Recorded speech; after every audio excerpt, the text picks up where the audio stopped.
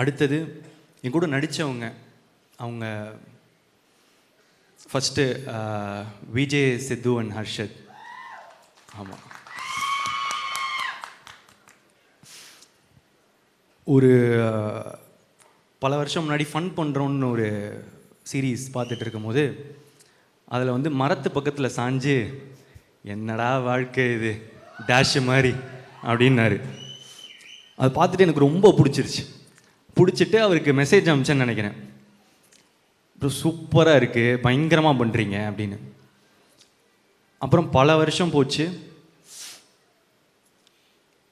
இப்போது அவர் வாழ்க்கை அப்படி இல்லைன்னு நினைக்கிறேன். பயங்கரமாக சூப்பராக இருக்குல்ல. உழைச்சா வாழ்க்கை நல்லா மாறும்ன்றதுக்கு விஜய், சித்து ஒரு எக்ஸாம்பிள். அண்ட் ஹர்ஷத் கான், செம்ம எனர்ஜி, செம்ம ஃபன்னு, ரொம்ப நல்ல பர்ஃபார்மர். நான் அவர் கூட நடிக்கும் போது தான் தெரிஞ்சது நல்லா நடிக்கிறாரு, சூப்பராக இருக்காரு. All the best. அடுத்து ஹீரோயின்ஸ். லவ் டுடேக்கு ஹீரோயின்ஸ் வந்து பார்க்கும்போது எல்லாருமே கூட நடிக்கிறதுக்கு தயங்கினாங்க.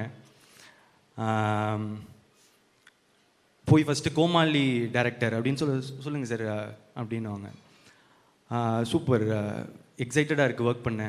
யார் ஹீரோ அப்படின்னு கேட்டேன். நான் தான் ஹீரோ. டேட் என்ன சொன்னீங்க?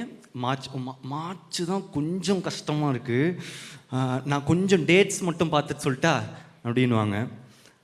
ஓகே. இன்னொரு வெரைட்டி இருக்கும், இதில் பெர்ஃபார்மன்ஸ் ரொம்ப அதிகமாக இருக்குது, நான் கொஞ்சம் கம்மி பெர்ஃபார்மன்ஸு, கொஞ்சம் ஈஸியாக பெர்ஃபார்ம் பண்ணுற மாதிரி படமாக பார்த்துட்ருக்கேன் அப்படின்னு. நான் இது புதுசாக இருக்கே அப்படின்னு பார்ப்பேன்.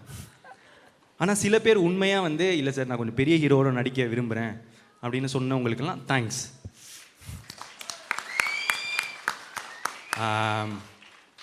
அப்படி இருந்த எனக்கு இந்த படத்தில் அனுப்பமா தான் ஹீரோயின்னு வந்து டைரக்டர் சொல்கிறாரு.